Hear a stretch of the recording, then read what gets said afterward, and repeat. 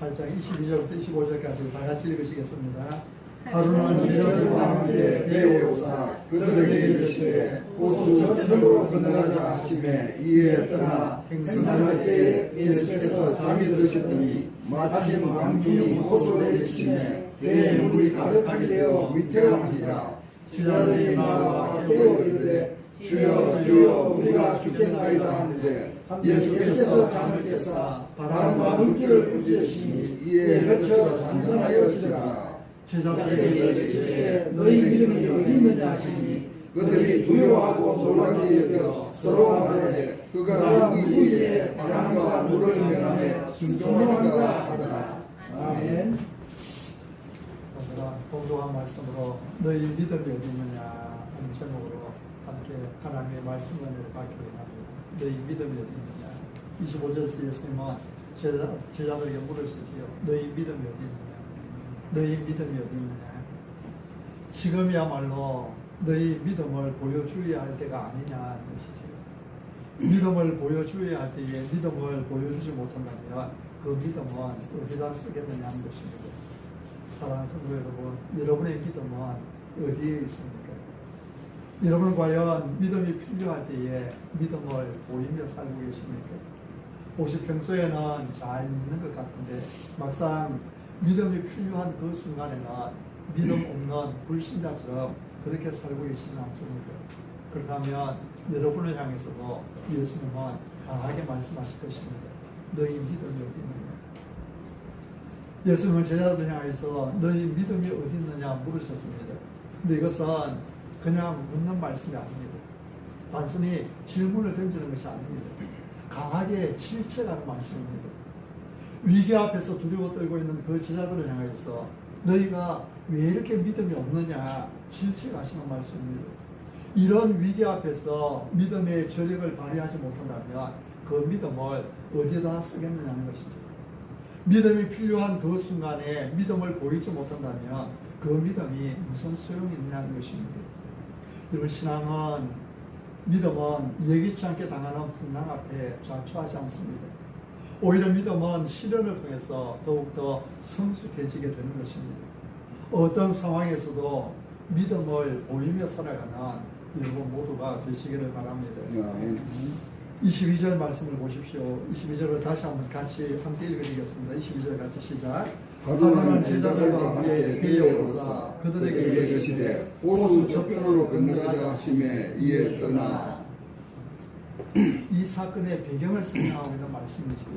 이 사건은 호수에서 이루어지고 있다는 것입니다. 이게 호수라고 했지만은 그러나 그것은 그냥 저 부천 댐 같은 그 정도 호수가 아닙니다. 엄청나게 큰 호수죠. 그래서 바다라 부르기도 합니다. 갈릴리 바다라 또는 갈릴리 호수라. 그 호수의 물은 민물입니다. 요단강이 더 흘러내려가서 사해는 바닷물이지만요. 이 갈릴리는 민물입니다. 그래서 호수죠. 그렇지만은 그 크기로 볼 때는 바다와 같은 그런 호수였습니다. 저 오늘 아침에 잠깐 갈릴리 바다에 대해서 찾아보니까요. 갈릴리 바다 둘레가 53km랍니다. 엄청나게 크죠. 남북의 길이가 21km, 동서의 길이가 13km. 이게 호수는 호수지만 호수라 할 수 없는 엄청난 크기입니다. 이런 호수에서 이루어진 일입니다. 예수님과 제자들이 모두 같은 배를 타고 있습니다. 예수님에게는 무척이나 바쁜 하루였습니다. 오랜 시간 비유로 무리들을 가르치셨습니다. 공식적인 설교가 끝난 뒤에도 제자들을 데리고 앉아서 그 비유의 말씀, 그 비유의 뜻을 풀어주셨습니다. 같은 내용이 기록되어 있는 마가복음에 보면 많은 무리가 예수님께로 모여들었습니다. 예수님은 바다 위에 떠있는 배에 앉으셨습니다. 그리고 육지에 있는 그 사람들을 배 위에서 가르치십니다.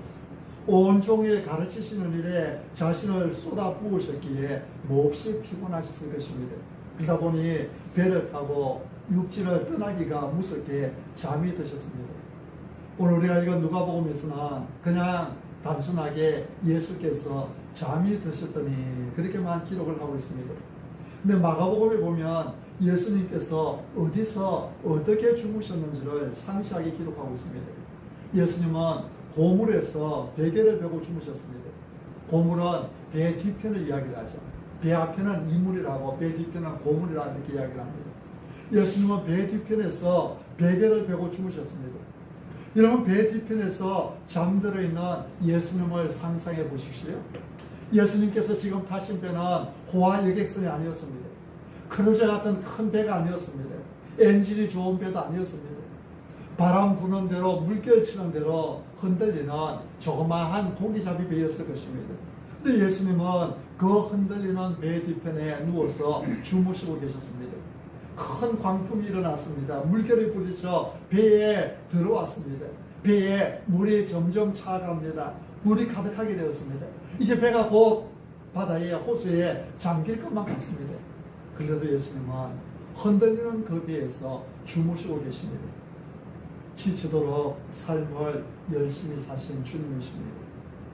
그야말로 아주 피곤해서 골아 떨어지신 그런 상태입니다. 가르치는 일에 모든 힘을 쏟아부었기에 눕기에 무섭게 깊은 잠에 빠져드신 주님이십니다. 여러분, 예수님은 하나님의 아들이십니다. 자신이 곧 하나님이십니다. 그러기에 풍랑이는 바다를 향해서 잠잠하라 말씀하시니 바람이 그치고 바다가 아주 잔잔해졌습니다. 무섭게 밀려오는 풍랑도 그 앞에는 순종할 수밖에 없는 능력의 주님, 창조의 주님, 자연의 주인 되시는 그런 주님이십니다. 그래도 그는 철저하게 인간이셨습니다. 휴식이 필요한 사람이심이 분명합니다. 사람은 육체를 가졌기 때문에 지치면 쉴 필요가 있습니다. 주님은 우리가 쉴 필요가 있는 존재임을 알고 계십니다. 스스로 피곤함을 느끼셨고 휴식을 취하고 싶을 때도 있었습니다. 아마 여러분 중에 소원이 뭐냐고 물으면 실컷 한번 잡았으면 좋겠다 그렇게 하실 분이 계실지 모르겠습니다. 새벽부터 일어나서 일을 하다 보면 늘 부족한 것이 수면입니다. 그래서 하루 그냥 실컷 잠만 잤으면 할 때도 있습니다. 우리 주님도 어쩌면 그랬는지 모릅니다. 자기도 모르게 깊은 잠에 빠져버린 그분이 우리의 구주이십니다. 사랑하는 성도 여러분, 그러게 예수님은 어떤 상황에서도 우리를 이해하시는 분이십니다. 우리와 같은 몸을 가지셨기에 우리의 연약함을 아시는 분이십니다. 우리의 고민을 아시고 우리의 슬픔을 아시고 우리의 아픔을 아시는 분이시지요. 히브리서 4장 15절에 우리에게 있는 대제사장은 우리의 연약함을 동정하지 못하시리가 아니요 모든 일에 우리와 똑같이 시험을 받으신 이로되 했습니다. 우리에게 있는 대제사장은 예수님을 말씀하고 계시죠. 예수님은 우리의 연약함을 동정하지 못하시리가 아니라는 것입니다. 우리의 연약함을 이해하지 못하시는 분이 아니라는 것입니다. 모든 일에 우리와 똑같이 시험을 받으신 분이십니다. 우리가 당하는 그 아픔, 우리가 당하는 그 슬픔, 우리가 당하는 그 외로움, 우리가 당하는 그 모든 수고들을 예수님도 똑같이 느끼셨다는 것입니다. 히브리서 2장 18절에는 그가 시험을 받아 고난을 당하셨은즉 시험 받는 자들을 능히 도우실 수 있느니라 했습니다. 십자가 위에서 우리를 위하여 자신을 내어주신 그분은 우리의 약함을 이해하시는 분이십니다. 우리의 약함을 능히 어루만져 주실 수 있는 분이십니다. 사랑하는 성도 여러분, 사는 것이 고달플 때가 있습니까? 주님께로 나아가십시오. 우리의 모든 수고와 슬픔을 아시는 주님은 수고하고 무거운 짐진 자들아 다 내게로 오라 하시며 부르십니다. 내가 너희를 쉬게 하리라 약속하시며 우리를 부르십니다. 하나님, 우리가 때로는 지치고 피곤할 때가 있다는 것을 아십니다. 우리에게 쉼이 필요하다는 것을 아십니다. 그래서 안식일을 주시는 것입니다. 일주일에 10시에는 힘써 일하고 하루는 쉬어가는 것입니다. 하나님 앞에 나와 예배드리며 우리의 영이 쉼을 얻고 우리의 육체가 쉼을 얻으라는 것입니다. 모든 일을 내려놓고 주님 안에서 쉼을 누리라는 것입니다. 이 사건이 어떻게 진행되어 가는가 사건의 발단을 살펴보겠습니다. 23절 말씀입니다. 23절도 같이 한번 더 읽겠습니다. 시작. 행선할 때에 예수께서 잠이 드시더니 마침 광풍이 호수로 내리시매 배에 물이 가득하게 되어 위태하니라. 배는 육지를 떠나서 호수 가운데 상당히 들어왔습니다. 근데 갑작스러운 광풍이 호수에 내리셨습니다. 조그마한 배는 위험하게 되었습니다. 배에 물이 가득하게 되어 위태한지라 배가 막 물에 잠기는 긴급한 상황을 말해주는 것이지요. 배가 지금 거의 잠기게 되었습니다. 제자들의 상당수는 어부 출신이었습니다. 그 호수를 잘 알았고 또 폭풍우를 경험해 본 사람들입니다. 온갖 방법을 다 써보지 않았겠습니까? 아마 더 열심히 노를 저었을 것입니다. 배 위에 있는 모든 무거운 짐들을 다 던져버렸을 것입니다. 배 위에 넘쳐 들어오는 물을 열심히 퍼내었을 것입니다. 그들이 할 수 있는 모든 노력을 다 하지 않았겠습니까? 그러나 상황은 나아지는 것이 아니라 점점 더 절망적이었습니다. 배에 물이 가득하게 되었습니다. 모든 노력은 허사로 돌아가고 위험은 점점 더 가중됩니다. 우리가 살다 보면 항상 우리의 노력으로 수습할 수 없는 그런 상황만, 수습할 수 있는 그런 상황만 있으리라는 법은 없지요. 절박한 순간들, 급박한 상황들이 우리에게 전개될 수 있습니다. 돌발적인 상황이 우리 앞에 다가올 수 있습니다. 개인적으로 전혀 예기치 못했던 급박한 상황을 만날 수 있습니다. 가정의 위험이 닥칠 수 있습니다. 교회나 직장의 어려움이 닥칠 수 있습니다. 24절은 이런 상황에서 어떻게 문제가 해결되었는지를 보여줍니다. 24절도 같이 봉독하시겠습니다. 같이 시작. 제자들이 나와 함께 이르되 주여 주여 우리가 죽겠나이다 하되 예수께서 잠언께서 바람과 물결을 부티듯이 이에 그쳐 잔잔하여지더라. 얼마나 지치셨는지, 얼마나 피곤하셨는지 예수님은 그 바람이 불고 물결이 넘치는 그 배 뒤편에서 잠드신 채 그대로 계십니다. 그동안 제자들이 그 좁은 배 안에서 얼마나 야단법석을 떨었겠습니까? 얼마나 호들갑을 떨었겠습니까? 바람은 불고 파도는 점점 더 거세졌습니다. 배 안에는 물이 가득 차게 되었고 정말 위태하게 되었습니다. 긴급한 상황입니다. 그냥 배에 물이 들어오네, 파도가 치네, 배가 흔들리네, 그러고 앉아있을 제자들이 아니잖아요. 그들이 지금까지 그 갈릴리 바다에서 생활해왔던 어부로서의 그 경험들을 토대로 얼마나 그 상황을 벗어나기 위해서 몸부림쳤겠습니까? 제자들은 앉아서 뒷짐지고 구경이나 하고 있지는 않았을 것입니다. 열심히 노를 젓고 무거운 물건을 버리고 물을 퍼내느라 온통 야단이었을 것입니다. 상상만 해도 여러분 그 상황이 눈에 선하지 않습니까? 폭풍우는 몰아치고 배는 흔들리고 파도가 배를 때려서 배 안으로 물이 점점 더 들어오고 배가 점점 더 잠겨내려가고 그 상황 속에서 어떻게 하든지 이 문제를 해결해 보려고 발을 동동 굴리며 애쓰나 그 제자들의 모습이 눈에 선하지 않습니까? 다급할 대로 다급해진 그들은 발을 동동 굴리지 않았겠습니까? 근데 주님은 그런 와중에서도 잠들어 계셨습니다. 마치 일부러 잠들어 있는 척 하시는 것처럼 그렇게 바람이 불고 물결이 튀는데도 일어나지도 않고 그대로 계시는 분이었습니다. 다급해진 제자들이 예수님을 불러 깨운 채 주여 주여 우리가 죽겠나이다. 주여 주여 우리가 죽겠나이다. 점점 더 위험해졌습니다. 배가 금방이라도 가라앉을 것만 같았습니다. 제자들이 얼마나 초조했겠습니까? 그들은 죽는 줄 알았습니다. 여전히 주무시고 계시는 그 제자들에 대해서 주여 주여 우리가 죽겠나이다. 마가복음에 보면은 우리가 죽게 된 것을 돌보지 아니하시나이까. 주여 주여 우리가 죽겠나이다. 우리가 지금 죽게 생겼는데 주님은 잠만 주무시고 계십니까? 우리가 죽게 된 것을 당신은 어찌 돌보지 않고 그렇게 누워 주무시고만 계십니까? 하는 것입니다. 물에 빠져 죽게 생겼는데 어떻게 당신은 잠만 자고 있느냐는 것입니다. 한순간 그들은 극도의 공포를 경험했을 것입니다. 두려움에 휩싸였을 것입니다. 다급하게 주님을 깨웠습니다. 주여 주여 우리가 죽겠나이다.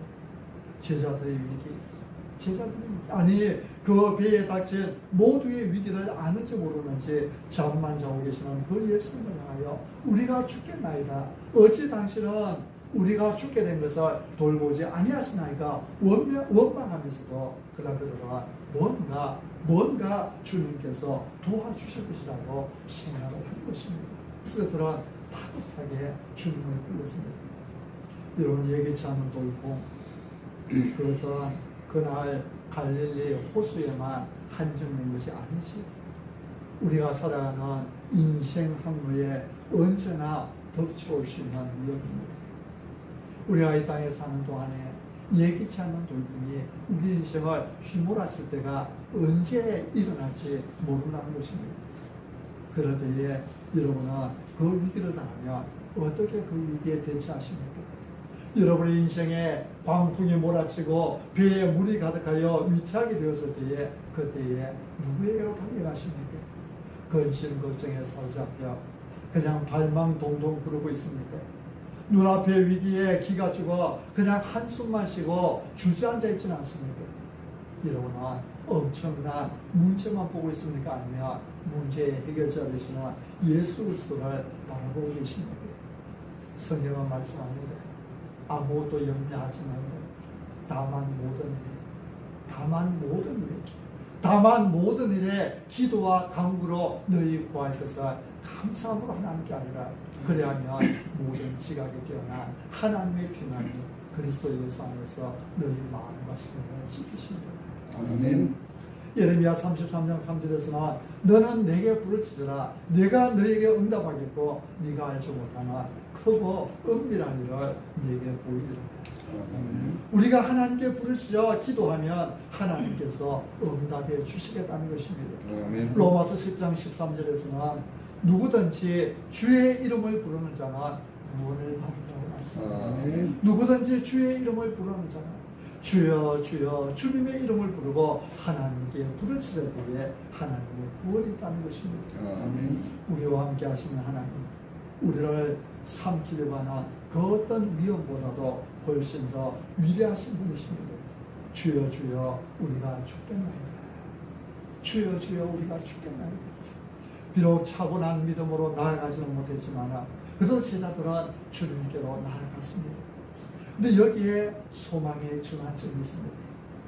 주여 주여 주님을 찾고 주님의 이름을 부르는 거기에 소망이 있다는 것입니다. 간절하고 절박한 호소를 주님께 드리고 있습니다. 주여 주여 두 번씩이나 부릅니다. 얼마나 정신없이 놀랐는지를 보여주죠. 주여 주여 우리가 죽겠나이다. 겁에 질린 제자들의 호소 앞에 주님은 일어나서 바람과 물기를 꾸짖으셨습니다. 잠잠하라 고요하라. 그자임에 바람이 그쳤습니다. 물결이 아주 잔잔해졌습니다. 여기서 우리는 주님의 능력을 볼 수 있습니다. 주님의 위력을 볼 수 있습니다. 자연 세력을 지배하시는 주님의 권위를 볼 수 있습니다. 우리 주님의 그 명령 앞에 바람이 잔잔해졌습니다. 물결이 잔잔해졌습니다. 그러고 나서 주님은 제자들을 하여 말씀합니다. 너희 믿음이 어디 있느냐? 너희 믿음이 어디 있느냐? 마치 믿음은 이런 위기에 필요한 것이 아니냐고 묻는 것 같습니다. 필요할 때에 활용할 수 없다면 그 믿음의 위력이 어디 있느냐는 것이죠. 지금까지 너희가 나를 믿는다고 하며 따라다니지만 믿음이 필요한 그 순간에 믿음을 활용할 수 없다면 그 믿음이 무슨 소용이 있느냐는 것입니다. 어려울 때에 활용할 수 없다면 그 믿음이 도대체 무슨 유익이 있느냐는 것이지. 어려울 때 활용할 수 없는 믿음 같으면 그게 무슨 소용이 있느냐는 이야기입니다. 청명한 날씨에만 주님을 따르고 폭풍을 치는 날씨에만 주님을 따를 수 없다면 과연 믿음이 무슨 유익이 있겠습니까? 여러분은 과연 믿음이 있습니까? 정말 믿음이 필요한 그 순간에 여러분의 믿음이 저력을 발휘하고 있습니까? 정작 믿음이 필요한 순간에는 주님을 의지하지 못하고 그냥 발만 굴리며 초조해하고 있지 않습니까? 한숨 쉬며 절망하고 있지는 않습니까? 여러분이 어떤 경제적인 어려움으로 고민될 때에 여러분은 하나님을 붙드십니까? 건강의 위기가 찾아오고 삶의 어려움이 있어도 믿음의 힘을 붙들고 있습니다. 사랑하는 사람들을 먼저 떠나보낼 때도 믿음을 붙들고 있습니다. 우리 인생에 바람이 불어닥쳐도 이런저런 아픔이 있어도 그때에 믿음의 증가가 드러나야 할 수만 있는 것입니다. 평소에는 다 잘 믿는 것 같습니다. 평안할 때는 누구나 잘 믿는 것 같습니다. 그러나 막상 위기가 닥칠 그때에 정말 믿음을 붙들시는 사람, 그 사람이 진정한 믿음의 사람이지. 바로 그때에 믿음의 힘이 발휘되어야 하는 것입니다. 25절은 사건의 종결 부분입니다. 마지막 25절 한 번 더 같이 했습니다. 시작. 제자들에게 이르시되 너희 믿음이 어디 있느냐 하시니 그들이 두려워하고 놀랍게 여겨 서로 말하되 그가 누구이기에 바람과 물을 명하며 순종하는가 하더라. 그들이 두려워하고 놀랍게 여겨 서로 말하되, 이런 제자들이 두려워하고 있습니다. 근데 이 두려움은 앞서 광풍 때문에 생겼던 그 두려움이 아니지. 배에 물이 가득하게 되었을 때 생긴 그 두려움이 아니었습니다. 제자들은 이제 더 이상 바람이 무섭고 물결이 무서워서 두려워하는 건 아닙니다. 이미 바람은 그쳤습니다. 물결은 잠잠해졌습니다. 그러면 지금 제자들이 느끼는 두려움은 어떤 두려움입니까? 거센 바람과 물결 앞에서 느끼는 죽음의 공포에서는 그 두려움이 아니라면, 그러면 이 두려움은 무엇입니까? 어떤 두려움입니까? 제자들은 처음에는 풍랑과 광풍으로 인해서 기겁을 했습니다.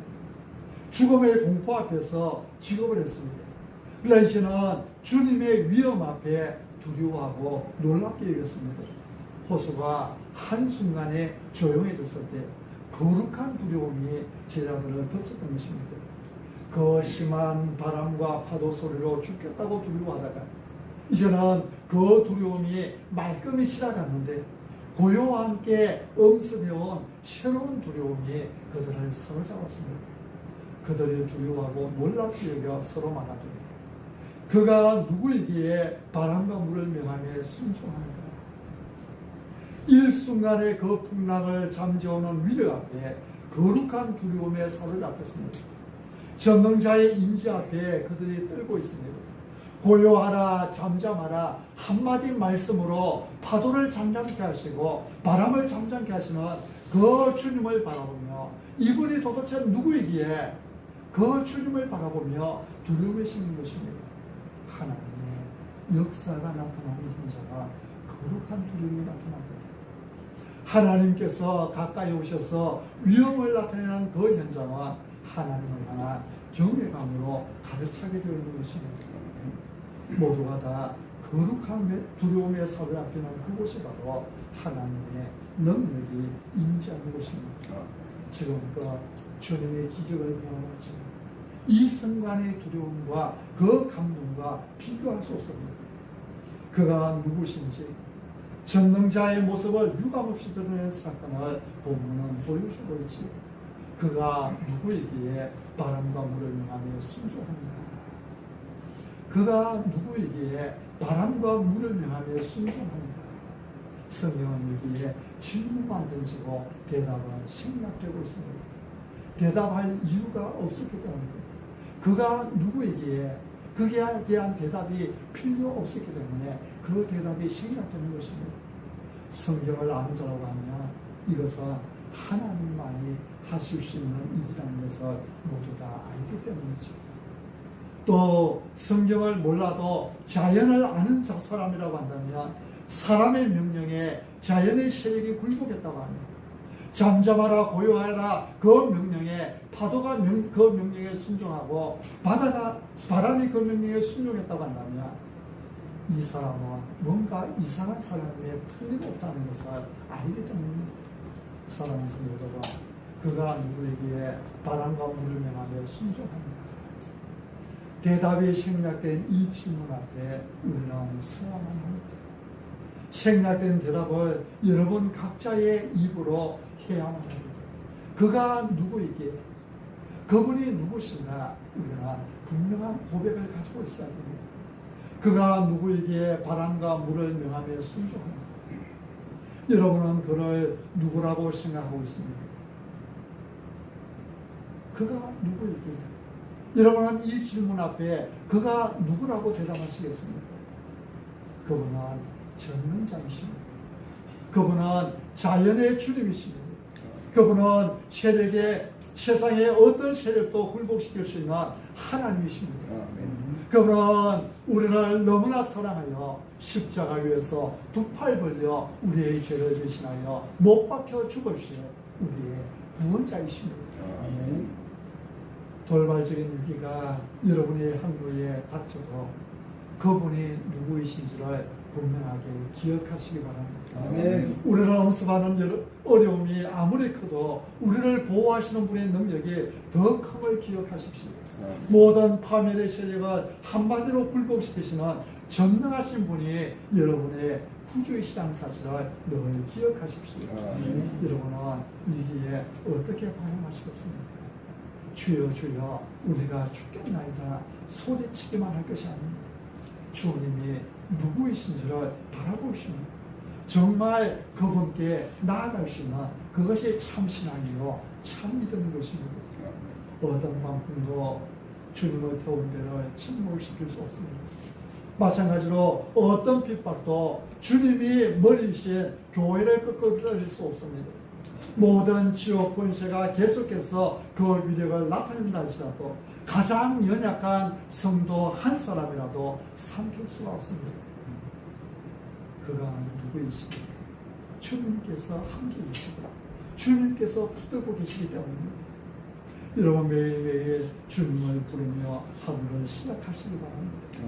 예수님을 향하여 주여 주여 우리가 죽겠나이다 불렀던 그 제자들의 절박한 마음을 가지고 주님을 찾으시기 바랍니다. 잠잠하라고 말씀하시는 하나님, 고요하라고 말씀하시는 하나님, 우리 인생의 풍랑을 잠재우시고 더 이상 환경 때문에 두려워하는 것이 아니라 하나님의 위엄과 권세 앞에 경외함으로 엎드리게 하신 하나님, 그 하나님과 동행하며 사시기를 바랍니다.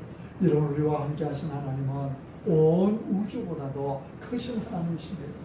피 흘려 값주고 사신 당신의 백성을 결단코 포기하지 않으시는 하나님이십니다. 이 사건을 통해서 제자들은 주님의 위대하심을 이전보다 더 실감하게 되었습니다. 성도에게 위기는 하나님의 위대하심을 깨닫게 하는 기회일 뿐입니다.